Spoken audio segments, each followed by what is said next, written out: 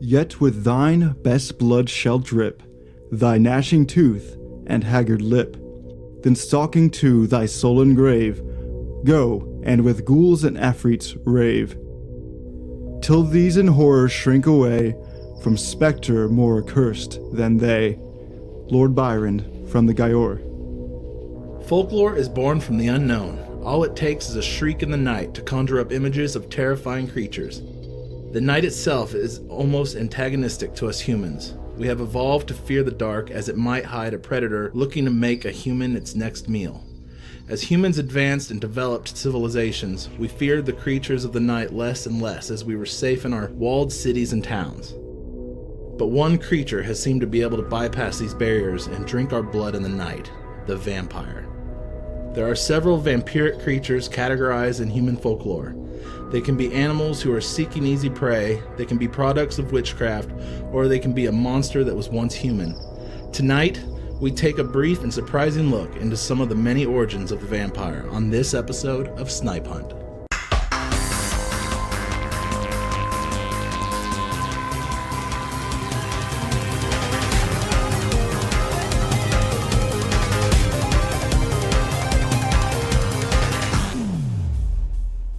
Welcome back to Snipe Hunt. I'm your host, Gary Clevenstein. And as always, I'm your host, Darren Young. But not as always, we have a guest for this episode. My friend and loyal listener, Jeremy Nicholas. Jeremy, thanks for coming on. It's good to have you. Hey, thanks for having me, guys. Yep. So, you might remember Jeremy from the bloopers episode of the Wendigo. He is the famous Anus Noose. Yes, the Anus Noose. That was such a good time. Yes, yeah, for sure. Jeremy has listened to every single episode, which I really appreciate. Yes, he has left ratings for the episodes, which I also really appreciate. We appreciate. Yes. We. Yeah, no, me specifically, and then you only kind of. I appreciate it as well. This is our 10th full episode and the first full episode of the new year. 2019. Yeah. And I'm under the weather. So one of the things we will be talking about today is the Strix, a nocturnal vampiric bird from Greek mythology. The word Strix is derived from the ancient Greek Strix, which means screecher. Jeremy actually suggested this creature as a topic from an episode, so without giving anything away, what made you pick this topic in particular, Jeremy? Well, to be honest, after listening to a couple episodes, I got curious and started looking up obscure creatures from mythology. And this one particularly both intrigued and horrified me, so I figured go ahead and send this one to you guys and listen to you guys talk about it. Awesome. Yeah, I think that's a good reason, isn't it? Yeah. Before we get into tonight's subject, we have finally received some ratings, so we are going to read them on air as promised. Now, I did promise Gary that you were going to read these, but seeing as you're on a phone and... Well, hooray, we have some ratings. Yay. Yay, because I went on Facebook and I was like, please, sis, may I have some ratings? You know, I actually noticed we have quite a bit of, our likes have been growing on Facebook. Oh, yeah, they really have been. It's been growing steadily. It's because I finally put us on Spotify. So if you guys prefer Spotify as your podcatcher, we are on there now. I don't know why I didn't put us on there sooner, but we're there. All right, so... ratings are, well, I will ignore one of the ones because this is one of the ones is from last June, and that's one I put in there just to get the thing started. But we won't talk about that. All right, so our first one comes from Paradox King 000. Awesome name. I just started listening to this podcast, and it's great. I drive a lot for my job, so I listen to a lot of podcasts to pass the time, and this one definitely keeps me entertained. Well, Paradox King, I'm glad that we keep you entertained. I also listen to podcasts mostly when I'm driving, so I know where you're coming from. I as well. Thanks for listening. Next one comes from Maxine the Queen. Super fun to listen to. The host comments are great and keep me laughing. One of my favorite podcasts by far. This one comes from someone called Thunderous Prime. No idea who that is. No. The hosts work really well together. I enjoyed hearing what they had to say. Thanks, Jeremy. Yeah. This one comes from Lily of the Sea. Awesome name. Reminds me of Chicken of the Sea. That's what I was thinking. Probably what they were going for. Very informative, and the hosts have a great dynamic. I wish they went into a little bit more detail for some of the subjects, but it's still really interesting to hear about. Love this podcast. Also, I'd like to mention that all these are 5-star ratings. A little bit of But I'm so constructive criticism. I definitely try to go into a little bit of detail, but I try not to get it slogged down into too much of the detail.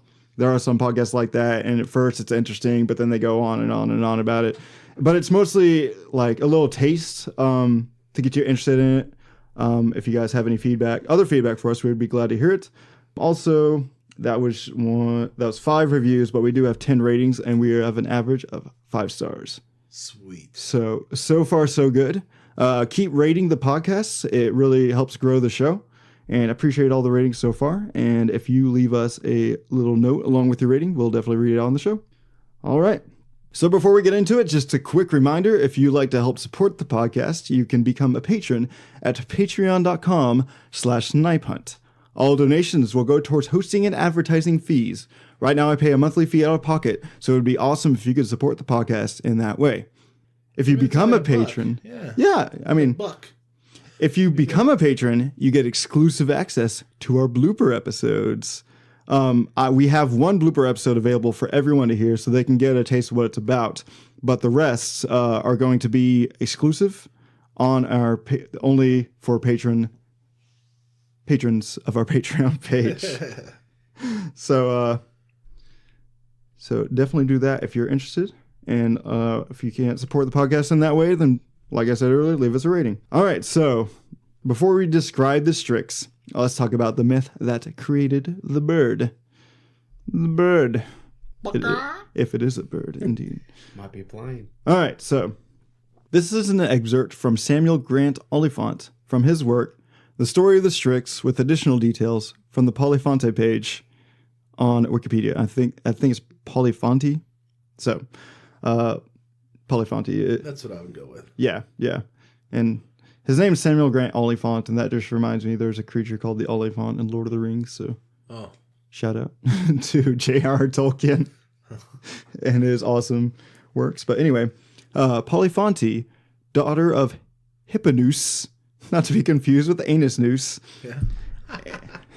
and Thrisa, wished to remain a virgin, and so spurned Aphrodite, the goddess of love and procreation, and went to the mountains as the companion of Artemis in her sports. Angered by the insult, the slighted goddess caused her to lust after a bear. Gross. Upon discovering her plight, Artemis, in disgust, turned the wild beasts against her. Then Polyphonte fled in fear to her father's house, and in due time gave birth to 2 sons, Agrios and Oreos, not to be confused with the cookie. And these children were the result of her unions with the bear. Anyway, that's Greek mythology for you. Cute babies. Yeah, kinda. They'd be like, because cubs are cute. Mm-hmm. Human babies, for some people, are cute. Not to me. Not to me. But, they'd be kind of fuzzy, maybe. Maybe have little claws. That kind of freaky. But, they're not going to turn out so cute. Because these children became man-bear hybrids, almost man-bear-pig hybrids, of huge size and immense strength. They showed no honor to God nor man. Ooh, surprising. But were wantonly insolent towards all. Wait a minute. Can you imagine if I would prefer if this not was to. Possible, like if we could mate with creatures and just have offspring with any creature we wanted? Well, actually, like Russian scientists, I'm not sure if they tried bear, but that sounds like them. Maybe I'm just thinking of bears on unicycles from Family Guy. But they definitely did try gorilla/chimp and human hybridization to create super soldiers. That's why nobody believes this BS, though, is because, if you could do it back in Greek days, way back then, right. Why can't we do it now? Like no scientific method. Every time I have laid with a bear, I have yet to conceive. Well, are you sure it was a female? I was about to say, Fair point. I'm not sure who's supposed to get pregnant, but at this point, I'm too afraid to ask. All right, so we're going to move on now before we get into any further down this weird rabbit hole, if that's good with everyone. They were cannibals and bore away all strangers they came upon and feasted on their flesh. must be the bear in them. Thus they incurred the wrath of Zeus, who sent Hermes to punish them. He was going to cut off their hands and feet, but Ares, to whom Polyphonte traced her lineage, saved them from this fate. Both mother and sons, however, were transformed into birds. Polyphonte became a Strix that cries by night without food or drink, with its head below and tips of feet above, a harbinger of war and civil strife to men. Oreos became a Lagos, a bird that is seen for no good, and Agrios was changed into a vulture, of all birds most detested by gods and men and possess a constant craving for human flesh and blood.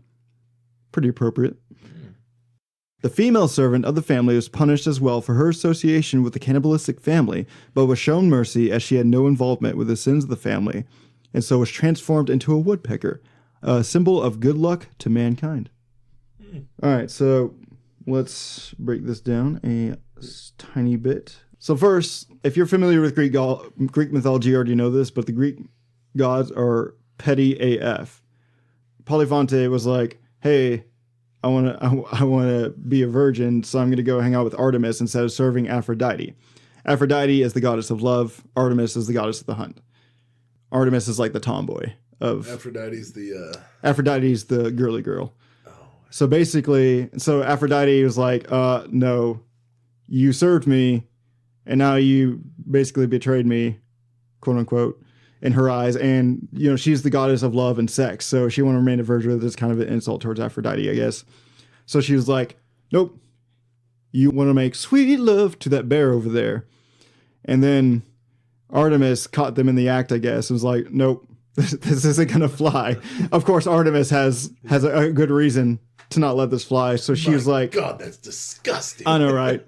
So she's like, nope, all beasts, every single one, they're just going to hate you. So she caused them to lust after a bear, but it didn't say anything about the bear lusting after her, so I don't want to know how that went down. It's like, wait a minute. Don't worry.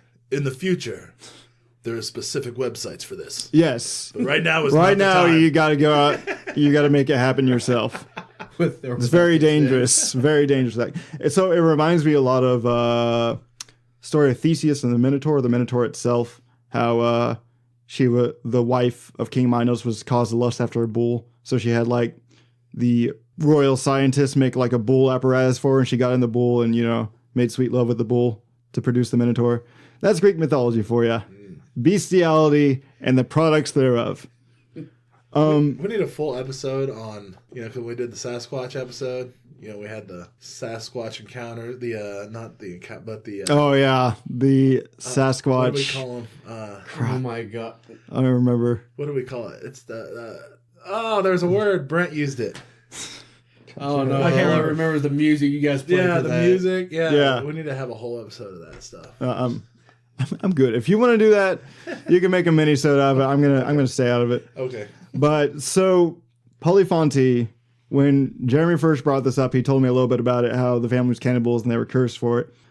But it doesn't seem like Polyphonte herself was a cannibal. She actually seemed more like a victim to all this. She was because she made her own decision to go hunt with Artemis, and then Aphrodite cursed her for a very slight reason, and then Artemis cursed her, and then Zeus cursed her, and she really didn't do anything wrong this whole time.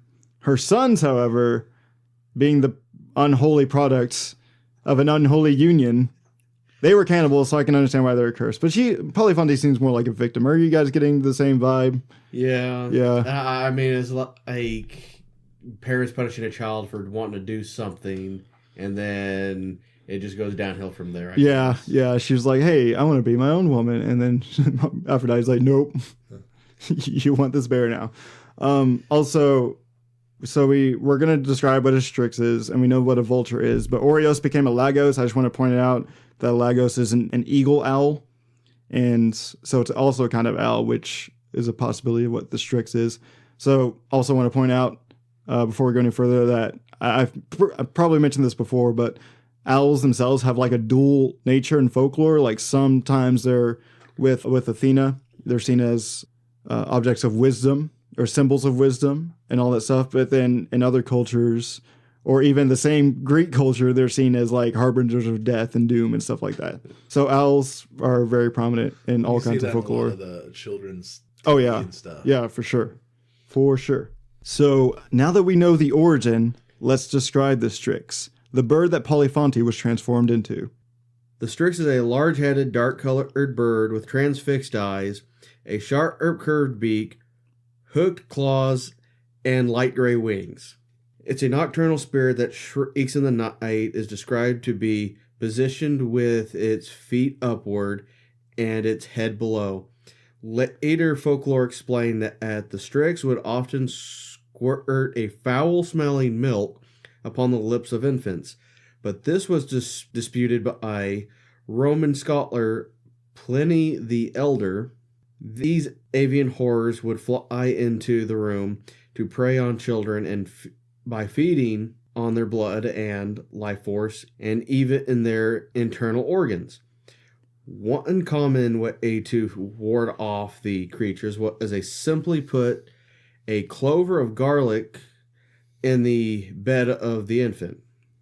All right, so before we break this down a little bit more, so I know you did your own research on this, Jeremy, but didn't you say earlier there's more different methods of feeding?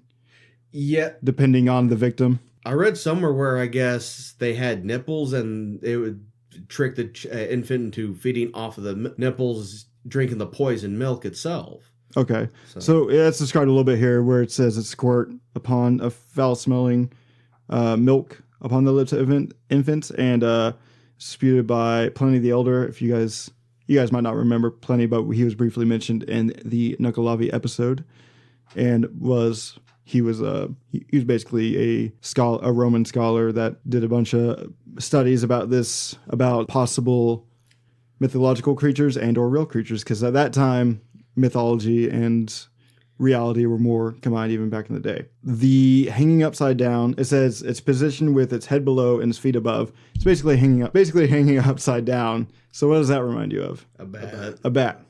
Right, but it's described as having transfixed eyes, sharp curved beak, and hooked claws. What does that sound like? An owl, because owls can't actually move their eyes in their sockets. That's why they turn their head hither and so. That's a word. That's a term, right? They can turn their heads like 270 degrees. Yeah, like super far. Almost all the way around.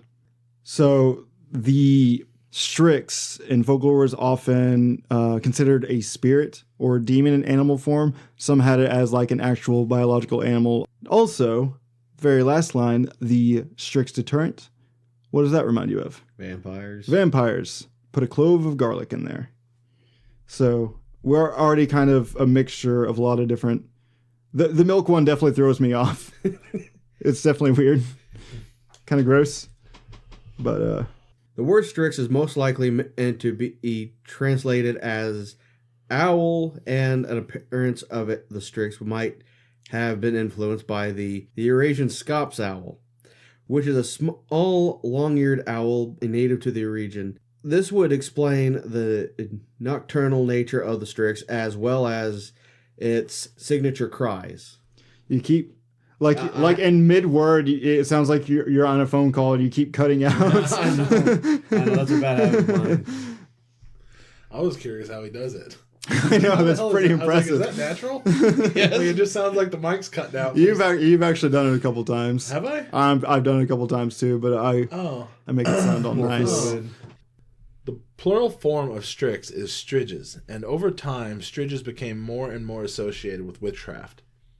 The legend soon evolved to the point in Rome where striges became a different creature altogether. Ronald Hutton explains this metamorphosis in his book The Witch, A History of Fear, from Ancient Times to the Present. I was very proud when you got through Metamorphosis. Were you? Because I was thinking it was going to be like another phenomenon. No, Metamorphosis, that's an easy one. One thing that was distinctly Roman about the Strix was its connection with witchcraft. They were shapeshifters, able to change into animal forms in order to go abroad. This opened the possibility that striges were in fact temporarily transformed witches. Dipsas? Dipsas? Is it dipsas? I think it's just dipsis. Dipsis? I don't think it's dip Or dip ass in this case. Dip ass. Dip ass. Not to be confused with Anus News. Dipsis, a character in a work of poetry by Ovid, possessed, in addition to all her other powers, that of flying at night, clad in feathers. In another work, Ovid left open the question of whether Striges were actual birds or crones who had been turned into bird form by spells. By the 1st century AD, the grammarian Sextus Pompeius Festus... Not to be confused with the biggest dickus. Could define Strigoi simply as the name given to women who practice magic and are also called flying women. So, at this point, Striges and witches are basically, they're considering them as being the same thing. They're basically saying witches turn themselves into Striges to do nefarious witchcraft, I guess. Sounds fun, though. I'm curious on how that whole transition went, though, from Striges to more witch. Well, see, that's the interesting thing about folklore is throughout time, it evolves into something else. I mean, what we're kind of doing here is we're going through the history of the vampire. And so, like, throughout time, we have our modern interpretation of the vampire, but it's very different from its origin. Right. So that's what I really like about folklore. And that's kind of what we're doing here today, is we're just going through the evolutions. But please continue. These flying witches are reminiscent of a flap of flying humanoid sightings in Mexico. In 2004, Officer Leonardo Samaniego was on patrol, described the entity that he witnessed. Not to be confused with his brothers Donatello, Raphael, and Michelangelo. It was all women. Don't do an accent. Please don't do an accent. It was a woman. All dressed in black. All dressed in black. That fell from the tree, I said. I apologize profusely to any Hispanic listeners. Okay, you can edit that. All right. No, I'm keeping that in. Yeah. Olé. That's Spain. It was a woman, all dressed in black, that fell from the tree, but she didn't touch the ground. Just remained floating several feet from the ground, declared Officer Leonardo Samaniego. I saw her very well, and then she landed softly on the ground and stood there looking at me. She was trying to cover her face from the lights of the car. I think they were bothering her. I could see 2 big black eyes on her, completely black without eyelids, and her skin was dark brown. She was all dressed in black and cloak and cape like a witch, and she seemed very upset by the lights. As soon as I realized it was a kind of woman being or a witch, very strange, standing there trying to cover her face, she threw herself against my car very fast, falling on the car and hitting the windshield. She was flying very fast, and it only took a second to hit the windshield glass. I was so shocked by this action that I put the car in reverse and pushed the accelerator, trying to get away while requesting backup assistance by radio. It was a woman with big black eyes. Everything was black, no eyelids. Her skin was dark brown and her expression was horrible. She was furiously trying to get me with her claws while I was running away in reverse, calling desperately for backup assistance to any units around. When I finally hit the end of the street, I was so shocked that I covered my eyes and then I fainted. Officer Samaniego was found minutes later unconscious but otherwise unhurt. I want to point out that as a police officer, he's a trained observer.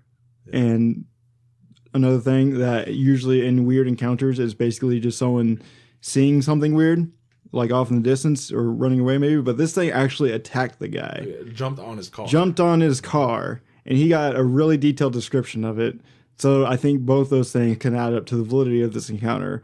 And the more valid this encounter is, the more terrified I am to think that something like this might possibly exist. But keep going. It's hard to think what you would do in that moment. Like in my head, like I'm sitting here thinking about, right? Like, I'm thinking, okay, what I would do is I would drive forward really fast and I'd slam my brakes, make her fly off the front, and then I'd run her over. But to be realistic, I probably wouldn't be able to do anything. I would turn on the windshield wipers. Oh yeah, do the washer. Yeah, exactly. These descriptions are close to that of another creature in Greek and Roman mythology, the harpy. I think we've mentioned that in past episodes, haven't we? Maybe. I want to say we have. Maybe. Greek Gods and Goddesses.net describes the harpy as monsters in Greek mythology that had the form of a bird with a human female face. Often agents of punishment, they abducted people and tortured them on their way to Hades' domain. Employed by the gods as instruments for the punishment of the guilty.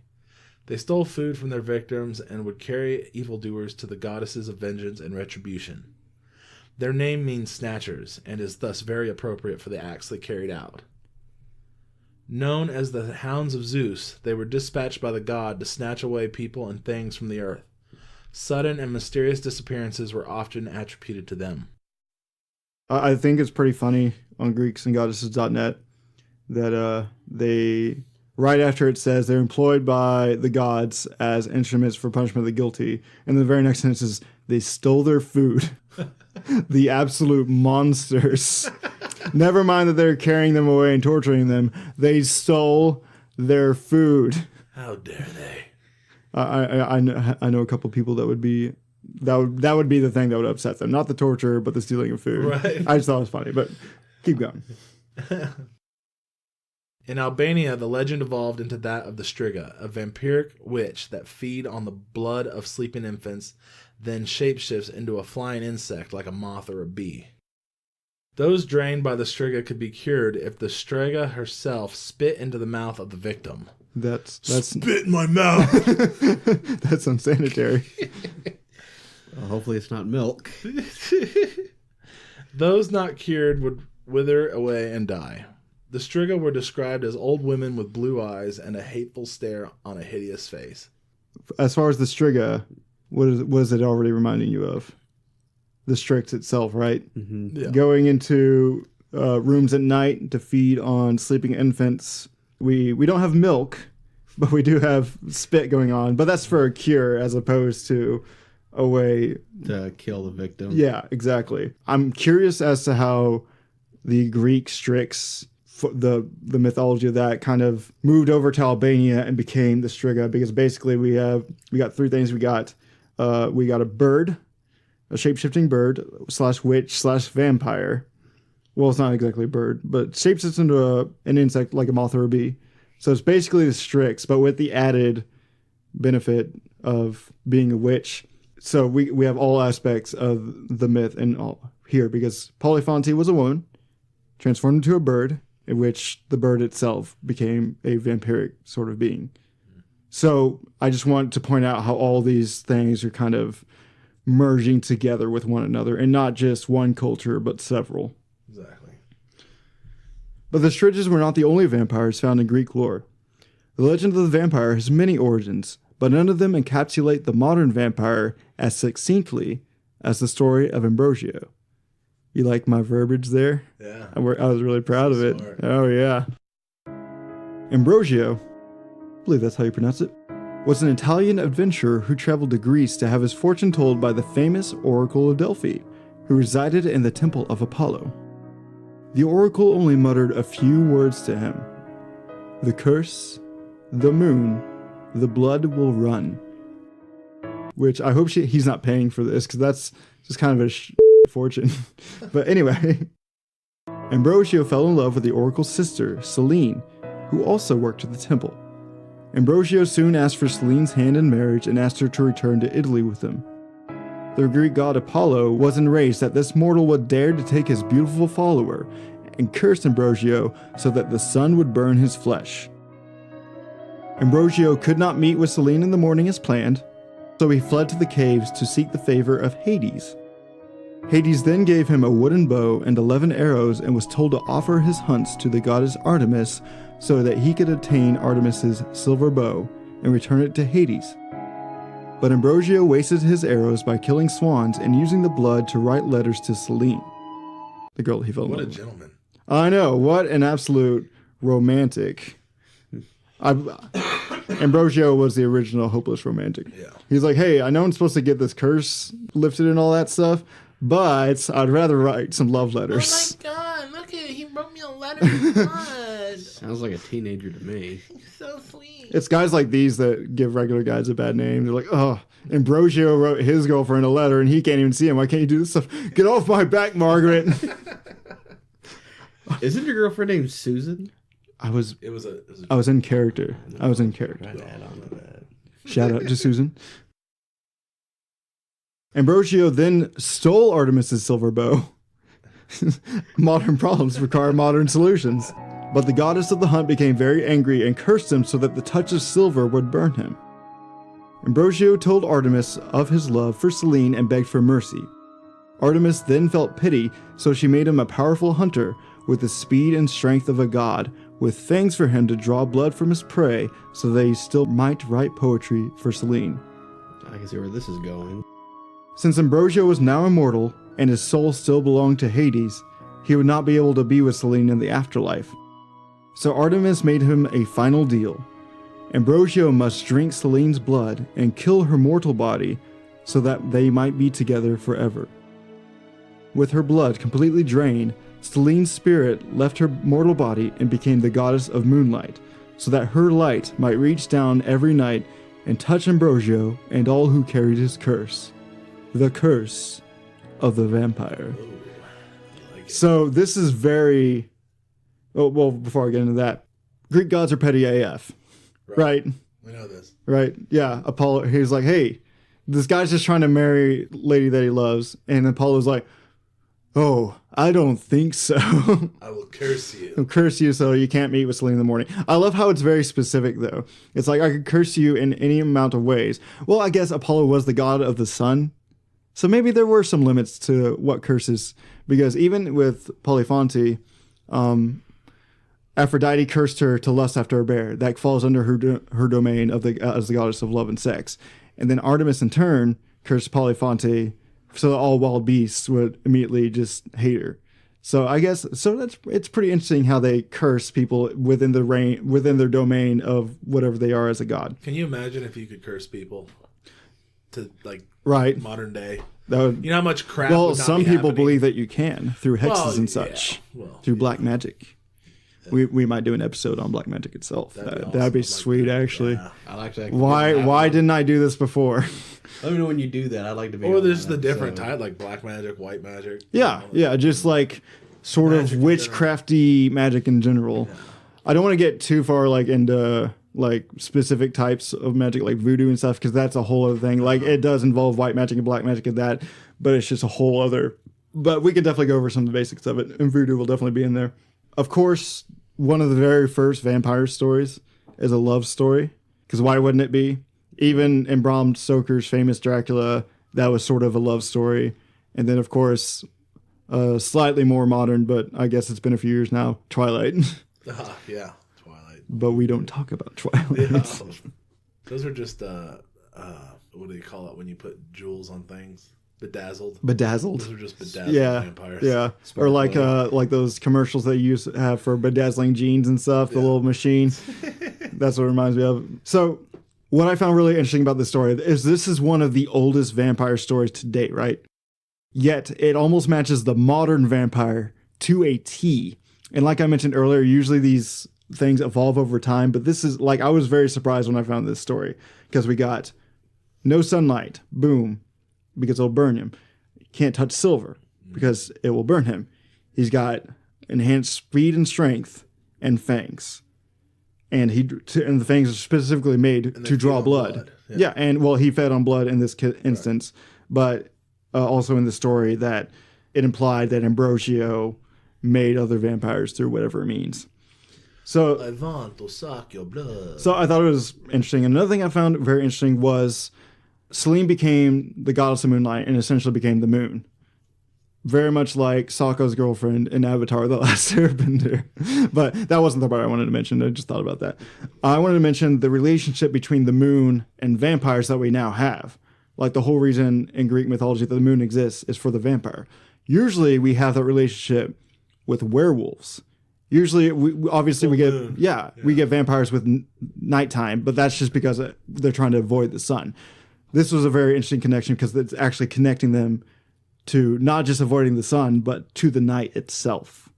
You guys have any other thoughts on this story? No, I'm just ready to hear more. Yeah, I know. It's a pretty interesting story, right? Yeah. So, because the only vampire that I've ever really, known about is other than like, the ones you get that turn into bats. Yeah. You can turn into bats to travel. Well, see, I actually did want to mention that. I didn't put that in my notes, but so we have the witches who transform into Striges, which has qualities of a bat, and other flying insects. So from the very beginning, vampires have always had that shape-shifting power to them. Right. In fact, it was one of the very first ones. In fact, it was the first one because of the Strix being one of the oldest vampiric creatures. The very first thing that happened to it was transformed into a bird.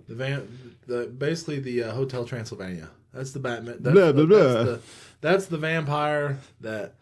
The very hokey Dracula-esque. Yeah. And we're not going to talk about Dracula today because, like I said, this is a brief look into vampiric origin stories. I'm trying to pull in the lesser known ones because if we did like a whole history of vampires... Wasn't Dracula supposed to be the vampire king, essentially? He was the first vampire, supposedly. He was in whatever mythology. Well, basically, he's a character of fiction based on Vlad the Impaler. But he's the one that brought the legend of the vampire to the forefront, to the zeitgeist, if you will, in popular culture. He is the first vampire. How long ago was it? Like, when did Vlad the Impaler make his big debut, I guess? So Vlad the Impaler was, for people who don't know, people listening, Vlad the Impaler was a count in Transylvania who was basically the biggest psychopath of all time, who impaled people on giant spikes and was rumored to even drink their blood and eat their flesh. But whether or not that's actually accurate, I wouldn't be surprised if it was because he was a psychopath. But Vlad came on the scene around... He became ruler in 1436. Yeah, So a lot of these... the Legend of the Vampire is far older than he is, obviously. But he definitely added to the lore because he was the basis of the character Dracula himself. And Bram Stoker's Dracula was a novel in the 15th century, so around literally the same time as Vlad existed, but the actual novel was written so that was written in 1897. So that's when our modern pop culture vampire came around, was born, yeah. And then the fact that it's stuck around all the way to this point. Oh yeah, when we think vampire, that's the first thing we think of. Well, we think of the actor in the old Dracula black and white movie with the big pop collar and the cape. Yeah. I would have never linked witches and vampires in the same category. Right, you never think that, but as you can see from vampire lore, they're very much intertwined. You know what I mean? Yeah, absolutely. Yeah. I didn't know they were actually linked historically. Oh yeah, yeah. We'll see. That's part of the reason I started this podcast because it's so interesting. It's good to know. Pretty much everything folklorish is connected. But a fun fact about the guy who played Dracula in the old black and white movie, he actually went like crazy and started thinking he was actually Dracula. So even when he wasn't on a movie set, he would still like act like Dracula in real life. So Heath Ledger'd it. Yeah, except he didn't OD, but right. Well, I mean, but they said that like he took the role so seriously. Well, that was just method acting. That was a conscious decision on his part. Whereas this guy actually went crazy. Oh, okay. Like literally, it was like I forget his name. All right, so crap. From here we cross into the folklore of Romania, which is the location of the previous Transylvania. Transylvania is the true home of the modern vampire folklore as we know it, as we just discussed, and is home of the most famous vampire, Count Dracula, as we just discussed. But here in this area, these night walkers are known as Strigoi. So as you can see, I'm sort of a entomology nerd, which is kind of like the origin of words. So we went from Strix to Striges to Striga, and now we're at Strigoi. It's all based in the same Latin root word. So I thought that was cool. But so the Bible of Mysteries.com has the perfect account of these creatures being the Strigoi. In Romanian mythology, Strigoi are the troubled souls of the dead rising from the grave. Some Strigoi can be living people with certain magical properties. Witches. Some of the properties of the Strigoi include the ability to transform into an animal, invisibility, and the propensity to drain the vitality of victims via blood loss. Strigoi are also known as immortal vampires. These names are derived from striga, which in Romanian meant scream or barn owl, cognate with the Italian strega, which means witch, and descended from the Latin word strix. As I mentioned before, I guess I need to read ahead a little bit before I make any more points, but according to Romanian mythology, a Strigoi has red hair, blue eyes, and 2 hearts. The Strigoi can change to a variety of animals such as barn owls, Strix, bats, Strix again, and then rats, cats, wolves, dogs, snakes, toads, lizards, spiders, insects, Lions, tigers, bears, oh my.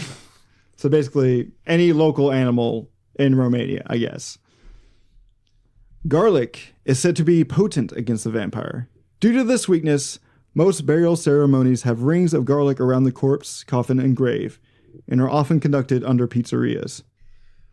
One way to dispatch the Strigoi is to drive a stake made from a wild rosebush or aspen wood through its hearts, plural, and into the earth to hold it to its grave. So that's where we get a lot of that from. I didn't know it had to be a certain type of wood. Yeah. It was just wood. The vampire must be set on fire before it gets up. Obviously. Duh. Come on, guys. What is this, the amateur hour? Another way is to remove the vampire's hearts and burn it and the vampire, or do so precisely at the end and decapitate the vampire as well. Then bury the remains at a crossroad. So there's various ways and methods of destroying a vampire, and all of them are kind of, I guess, maybe it differs by the vampire. One gypsy remedy is for killing a Strigoi is as follows. Dig up the vampire corpse, remove its hearts, and cut the organ in two. Then drive a nail into the forehead and place a clove of garlic under its tongue and smear the body with the fat of a pig killed on St. Ignatius Day. Which I did not look that up, so I cannot tell you what that is. Oddly or when that specific, is. The Strigoi are said not to be fond of light. Though there is no suggestion that they burn from sunlight, travelers often stay close to a bonfire to protect themselves from the vampire. It is said that if the Strigoi goes undetected for 7 years, it can travel to another country or place where another language is spoken and become human once again. Very weird, arbitrary rule. Like, how would people know this? Once human, the Strigoi can marry and have children, but they all become vampires when they die. So once again, we sort of have a romantic aspect to it. It's interesting. I'm just throwing this out there since we're talking about it. Uh-oh, I don't like where this is going. Warning. Everybody must see Abe Lincoln, Vampire Hunter. That is a fantastic absolutely movie. True. It is the stupidest, awesome movie you will ever see in your entire life. I haven't seen it. I've been movie. wanting to. It is great. Jeremy, you of all people, I would expect to see this movie. I watched it. It is fantastic. It's been years, but I loved it. It's great. Great. Yeah, but yeah, I'm glad you brought that up. I'm glad you brought that up because it's like I forgot about it, but now it's being pulled from the darkest recesses of my mind. Yeah. Now I want to watch it again. Most often, as is typical of the undead in Eastern and Central European folk belief in general, an undead Strigoi would first prey on his or her family. In some Romanian tales, the undead Strigoi was at first invisible and raided its former household by creating chaos like a poltergeist and obtained nourishment by eating food in the family larder. So that's weird. So it's invisible. So it's kind of just like a poltergeist, but at the same time, it's like eating food from the pantry. I don't know. It's weird, as is most folklore. The Strigoi might also come into the household, appearing just as it did when alive, engage in conversation with the living members, go about performing normal routine chores as if death had not occurred.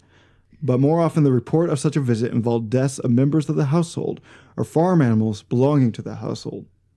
It was believed that if a Strigoi was not destroyed within 7 years after burial, then on the 7th year, it would no longer have to dwell in its own grave and could pass as a normal mortal human. According to one source, the Strigoi then loses its need to prey on humans and eventually animals.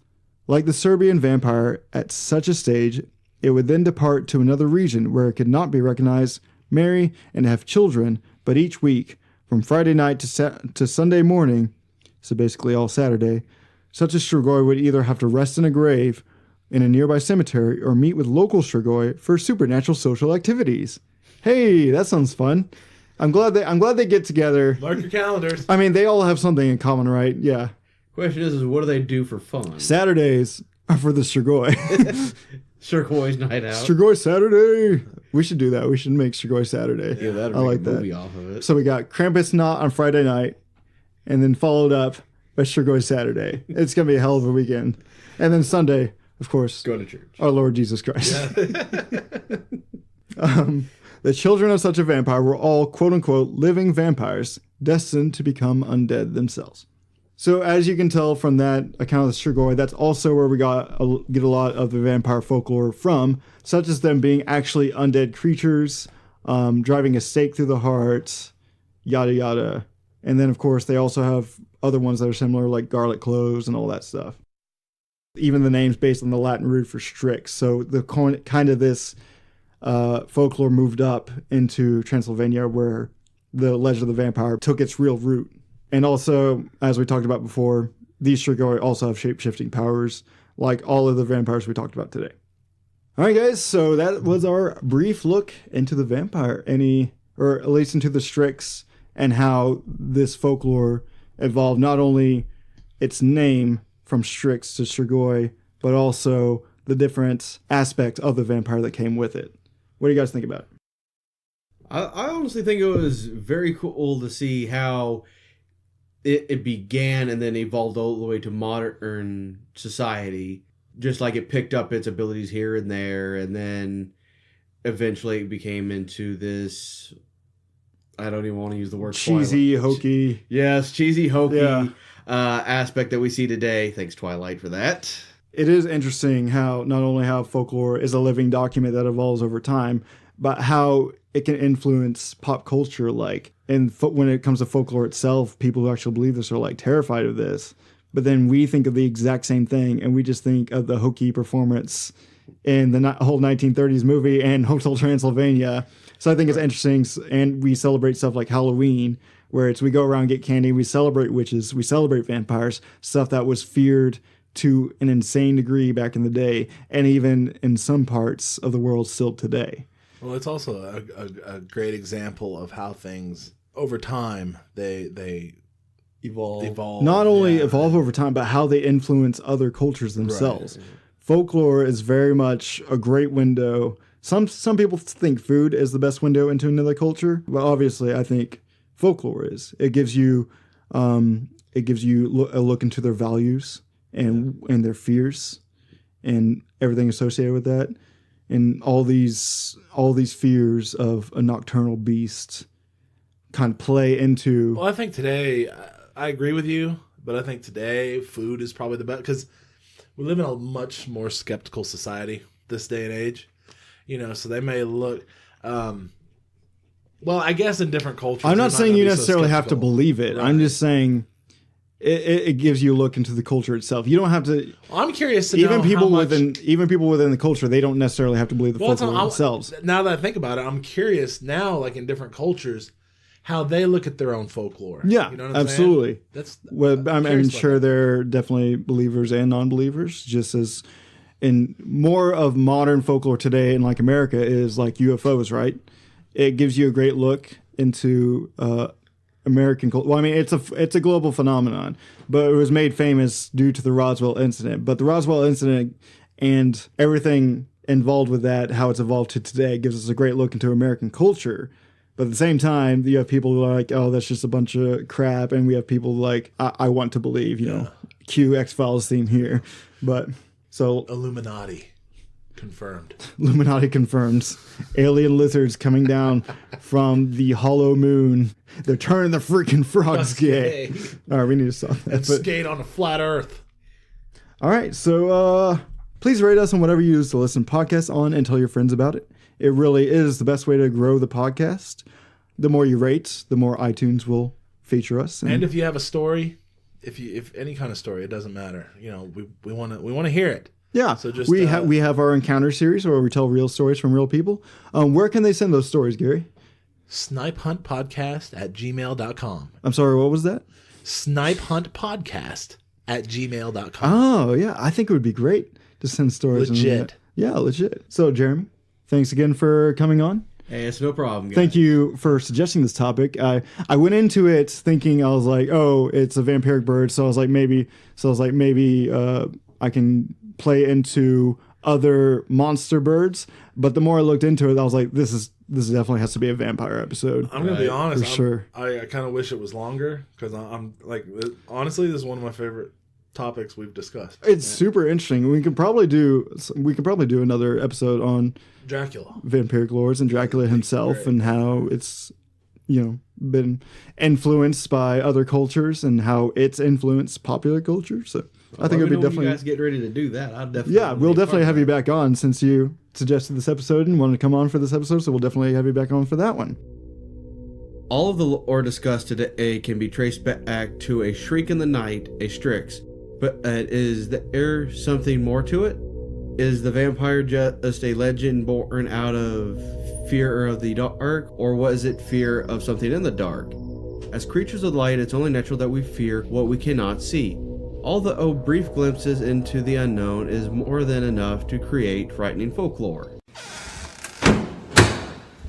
Once again, we want to thank you for listening to Snipe Hunt. Your listening has been noted and will be reported with the proper authorities. All audio used was done so under the protection of fair use. Logo design is by Ethan Rothfuss. The music used for this episode was composed by Mayu and Nature World 1986. We'll continue to search for the unexplained and will hopefully see you on the next hunt.